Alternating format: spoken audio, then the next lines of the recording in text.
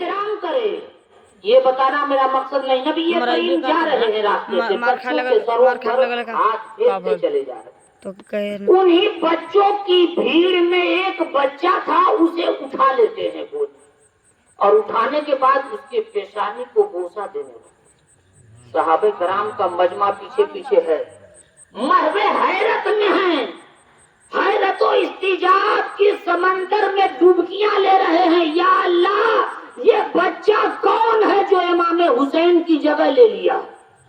یہ بچہ کون ہے جو امام حسین کی جگہ پر چلا گیا؟ تھوڑی دیر کے بعد سرکار اپنے قرار نے ارشاد فرمایا, اے صحابیوں, کیا تمہیں تعجب تو نہیں ہو رہا؟ صحابہ نے عرض کیا, یا رسول اللہ, تعجب کی بات ہے, حیرت کی بات ہے. نبی نے ارشاد فرمایا, کیا حیرت کی بات ہے؟ صحابہ نے عرض کیا, یا رسول اللہ, یہ بچہ آج حسن و حسین کی جگہ کو لے لیا, یہ بچہ کون ہے؟ ہم سمجھ نہیں پا رہے ہیں. نبی نے ارشاد فرمایا, صحابہ عرض کرتے ہیں, یا رسول اللہ, یا تو آپ کے گود میں کبھی امام حسن مچلا کرتے تھے, یا تو امام حسین مچلا کرتے تھے. آپ بوسہ لیا کرتے تھے تو کبھی رخسار امام حسن ہوا کرتا تھا, کبھی رخسار امام حسین ہوا کرتا تھا, لیکن آج اس بچے کو آج اس طرح سے آپ محبت فرما رہے ہیں, اس بچے کے اوپر اس قدر سے آپ شفقت فرما رہے ہیں کہ آپ نے اس کے درجہ کو اتنا بلند کر دیا ہے کہ امام حسین کی جگہ عطا فرما دی. یہ کون ہے؟ نبی نے ارشاد فرمایا کہ اتنی سی بات پر تمہیں اتنی تعجب ہو رہی ہے, کل قیامت کے دن اس بچے کو بھی اور اس کے ماں باپ کو بھی قیامت کے دن حشر کے میدان میں میں شفاعت کروں گا. اور تعجب ہوا. صحابہ کرتے ہیں, یا رسول اللہ, ابھی تک آپ کے رحم و کرم کے بادل صرف اس بچے کے اوپر برس رہے تھے, لیکن ابھی آپ کے رحم و کرم کے بادل اس کے ماں اور باپ تک پہنچ رہے ہیں. آخر کار یہ بچہ ہے کون؟ نبی کریم نے ارشاد فرمایا کہ اے لوگوں, یہ بچہ ہے کون, اس سے بعد میں سمجھ. نبی نے ارشاد فرمایا, نبی کی شفاعت عام ہے, ہر مومن کے لیے نبی کی شفاعت عام ہے. تو نبی نے فرمایا کہ اس بچے اور اس کی ماں اور اس کی باپ کی شفاعت کروں گا حشر کے میدان میں. اور نبی نے ایک مقام پر ارشاد فرمایا کہ جس مومن کے دل کے اندر رائی کے دانے کے برابر بھی ایمان ہوگا, میں اس کی شفاعت کروں گا.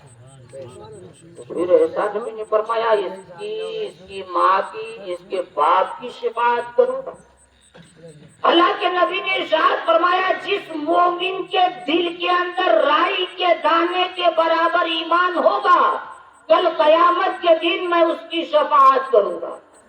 تو اس کی وضاحت میں نہ جا کر سمیٹ کر میں بتاؤں کہ نبی کی شفاعت عام ہے, لیکن انہی عام میں سے 10 کو آپ نے خاص کیا, جسے عشرہ مبشرہ کہا ہے.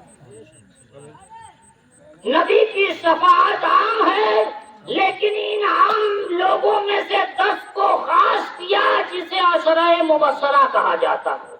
نبی جس کو اعلیٰ حضرت نے کہا, بریلی کے قلندر نے کہا, وہ 10 جن کو جنت کا مژدہ, وہ 10 جن کو جنت کا مژدہ ملا, اس مبارک جماعت پہ لا پہنچا. یعنی یہ 10 لوگ ایسے صحابی رسول ہیں جن کو دنیا کے اندر ہی نبی نے جنت کی خوشخبری دی. یہ 10 جنتی ہیں, دنیا کے اندر ہی جنت کی ٹکٹ عطا فرما دیا. تو نبی کی شفاعت عام ہے اور ان 10 کو خاص کیا. اور ایک مقام پر نبی نے ارشاد فرمایا, من زارا قبری وجبت لہو شفاعت. یعنی نبی نے ارشاد فرمایا, من زارا قبری وجبت لہو شفاعتی.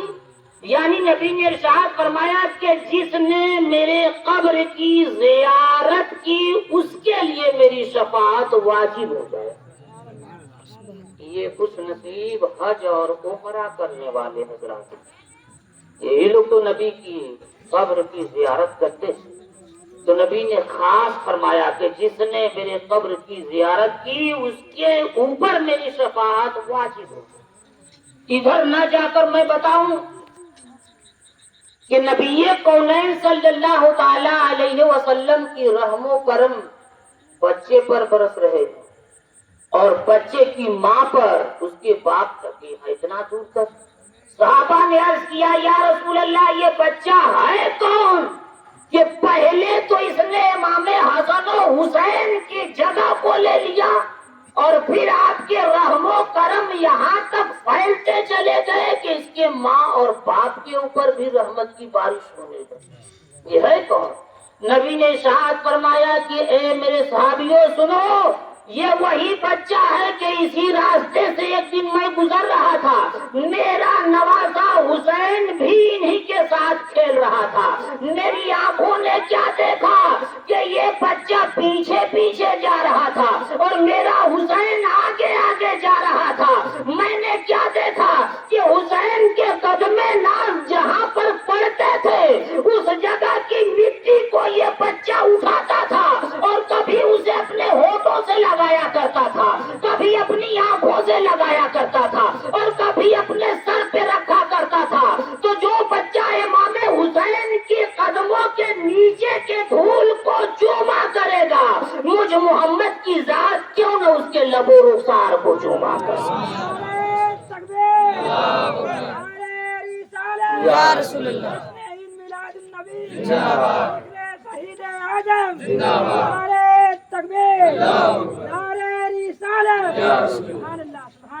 اس حدیث سے بات یہ صاف ہو گئی کہ جو بندہ مومن یہ چاہتا ہے کہ میری ماں کو جنت مل جائے، جو انسان یہ چاہتا ہے کہ میرے باپ کو جنت مل جائے، وہ اپنے دل کے اندر جھانک کر دیکھے کہ حسین کی محبت ہے یا نہیں. جو یہ چاہتا ہے کہ میری اولاد کو جنت مل جائے، وہ اپنے دل کے اندر جھانک کر دیکھے کہ حسن کا پیار ہے یا نہیں. اگر اپنے سینے میں حسین کی محبت کو پا جائے تو سمجھ لے کہ اس کی ماں جنتی ہے. جو اپنے دل کے اندر حسین کی محبت کو پا جائے وہ یہ سمجھ لے کہ اس کا باپ جنتی ہے. یہ ہے حضرت امام حسین کی ذات کتنی انمول ہے. ایک حدیث میں سناتا ہوں کہ حسین کی ذات کتنی انمول ہے. حضرت امام حسین کی ولادت سے 2-3 دن پہلے یا بعد نبی کریم صلی اللہ تعالی علیہ وسلم کے ایک صاحبزادے کی ولادت ہوئی تھی جن کا نام حضرت ابراہیم، یعنی حضرت ابراہیم اور حضرت امام حسین عمر میں برابر ہی برابر. حضرت امام حسین کی ولادت ہوئی اسی کے 1-2 دن پہلے یا اسی دن حضرت ابراہیم کی بھی ولادت ہوئی. حضرت ابراہیم آپ سنے ہوں گے کہ نبی کریم کے خاندان بیٹیوں سے چلا، بیٹوں سے نہیں چلا. نبی کا خاندان بیٹی سے چلا، بیٹوں سے نہیں چلا. تو حضرت ابراہیم کدھر گئے؟ یہ حضرت امام حسین کتنی قیمتی چیز ہے اس حدیث سے آپ اندازہ لگائیے گا. حضرت امام حسین کی ولادت ہوئی، ساتھ ہی میں حضرت ابراہیم کی بھی ولادت ہوئی. کچھ دن گزرا تھا، 6 مہینے کچھ لوگ کہتے ہیں کہ سال بھر. بہرحال 6 مہینے یہ سال بھر گزرا. دونوں بچوں کو آپ گود میں لے کر اپنے صحن میں تشریف فرما تھے. یہ گرمی کا زمانہ تھا. ایک جانب پر امام حسین کو سلائے تھے، دوسرے جانب پر حضرت ابراہیم کو سلائے تھے. دونوں سے محبت فرما رہے تھے، دونوں کے لب و رخسار کو بوسہ دے رہے تھے. بڑا اچھا ماحول تھا، بڑا خوشگوار ماحول تھا. اتنے میں حضرت جبریل علیہ السلام پرواز کرتے ہوئے بارگاہ رسالت میں حاضر ہوئے. سلام عرض کیا یا رسول اللہ، رب کا پیغام لے کر کے آیا ہوں. نبی نے ارشاد فرمایا جبریل رب کا کیا پیغام لے کر آئے، رب کا حکم کیا ہے؟ حضرت جبریل علیہ السلام عرض کرتے ہیں یا رسول اللہ رب کا پیغام یہی ہے، رب کا حکم یہ ہے کہ یہ دونوں بچے ساتھ میں نہیں رہیں گے. آپ حضرت جبریل عرض کرتے ہیں یا رسول اللہ رب کا حکم یہ ہے، رب کی مرضی یہ ہے کہ دونوں بچے آپ کے ساتھ میں نہیں رہ سکتے. یہاں پر اس چیز کا بھی اندازہ لگائیے گا کہ آج کے کچھ لوگ کہتے ہیں کہ نبی کے چاہنے سے کچھ نہیں ہوتا. نبی کچھ نہیں دے سکتے، نہیں کچھ کر سکتے، جو کرنا ہے وہ اللہ کرتا ہے، جو دینا ہے وہ اللہ دیتا ہے۔ یہ حدیث ہے، میری لفاظی نہیں۔ جبریل علیہ السلام عرض کرتے ہیں یا رسول اللہ، رب کا حکم ہے یہ دونوں بچے ایک ساتھ آپ کے پاس نہیں رہ سکتے۔ نبی نے ارشاد فرمایا تمہارے کہنے کا مطلب کیا ہے، تم کیا کہنا چاہتے ہو؟ حضرت جبریل عرض کرتے ہیں یا رسول اللہ، رب کا حکم ہے کہ مصطفیٰ جسے آپ چاہیں گے وہ بچہ رہیں گے آپ کے ساتھ، اور جسے آپ چاہیں گے وہ جائیں گے رب کے پاس۔ نبی کے چاہنے سے کچھ نہیں ہوتا، رب فرما رہا ہے جبریل جا کے کہو کہ میرا محبوب جسے چاہیں گے وہ ان کے پاس رہیں گے، اور جسے چاہیں گے ان کا انتقال ہو جائے گا، ان کی روح نکال لی جائے گی۔ جبریل نے جو ہی یہ پیغام بھیجا، کوئی پتھر جیسا دل رکھنے والا نانا نہ ہوگا، کوئی پتھر جیسا دل رکھنے والا باپ نہ ہوگا جو بغیر سوچو فکر کے، بغیر غور و تفکر کے فوراً کہہ دے اپنے بچے کو کسی کے روح نکال لے۔ کوئی نہیں، آدم سے لے کر ایدم تک کوئی باپ ایسا نہیں گزرا جو اپنے بیٹے کے انتقال پہ آنسو نہ بہایا، چاہے وہ انبیاء کرام کی ذات ہو، چاہے اولیاء اعظام کی ذات ہو، چاہے نیک و متقی اور پرہیزگار کی ذات ہو۔ بیٹے اور باپ کے درمیان ایسی لگاؤ، ایسا تعلق، ایسی محبت ہوتی ہے کہ بیٹا باپ کے کلیجہ پھاڑ کے پیدا ہوتا ہے، بیٹا باپ کے کلیجہ چیر کر پیدا ہوتا ہے، اور جب وہ دنیا سے جانے لگتا ہے تو باپ کی آنکھوں سے آنسو نکل جاتے ہیں۔ بیٹا چاہے غدار ہو جائے، چاہے کچھ بھی کرے، لیکن باپ کے دل میں اس کی محبت ہوتی، اسی لیے تو اس کے انتقال پر باپ کی آنکھوں سے آنسو نکلنے لگتے ہیں۔ جب جبریل نے یہ حکم سنایا رب کا، تو نبی کریم صلی اللہ تعالی علیہ وسلم ایک لمحہ کے تاخیر کے بغیر اشارہ کر دیے حضرت ابراہیم کی طرف کہ انہیں لے جاؤ رب کے پاس، حسین کو رہنے دو۔ اب امام حسین کی ذات کتنی قیمتی ہے اندازہ لگا سکتے۔ امام حسین کی زندگی کے لیے مصطفیٰ جان عالم نے اپنے نور نظر کی قربانی پیش کر دی۔ ابراہیم جائیں گے رب کے پاس اور امام حسین رہیں گے میرے پاس۔ ایسا کیوں کیا سرکار عبد قرار؟ آج تک تو کسی نے ایسا نہیں کیا تھا، اس لیے کہ بیٹی کا بیٹا بھی محبت ہی والا ہوتا ہے، اپنا بیٹا بھی محبت والا ہوتا ہے، لیکن ایک ڈائریکٹ ہوتا ہے، ایک انڈائریکٹ ہوتا ہے۔ یعنی جو بیٹی کا بیٹا ہوتا ہے وہ تھوڑا دوری کا رشتہ ہوتا ہے، اور اپنا ذاتی بیٹا ہوتا ہے وہ بڑا قریب ہوا۔ تو دنیاوی عقل و اعتبار، شعور کے اعتبار سے تو ہونا یہ چاہیے کہ امام حسین کو جانا چاہیے تھا، اور ابراہیم کو رکنا چاہیے تھا، اس لیے کہ ابراہیم زیادہ قریب تھے مصطفیٰ، لیکن ایسا نہیں ہوا۔ مصطفیٰ نے ارشاد فرمایا ابراہیم جائیں گے اور حضرت امام حسین رہیں گے۔ کیوں؟ اس لیے کہ مصطفیٰ جان عالم کو یہ معلوم تھا، مصطفیٰ جان عالم کو یہ غیب کی علم تھی کہ جو کام امام حسین کر سکتے ہیں وہ کام ابراہیم سے نہ ہو پائے گا، جو کام امام حسین کر ڈالیں گے وہ ابراہیم سے نہ ہو پائے گا۔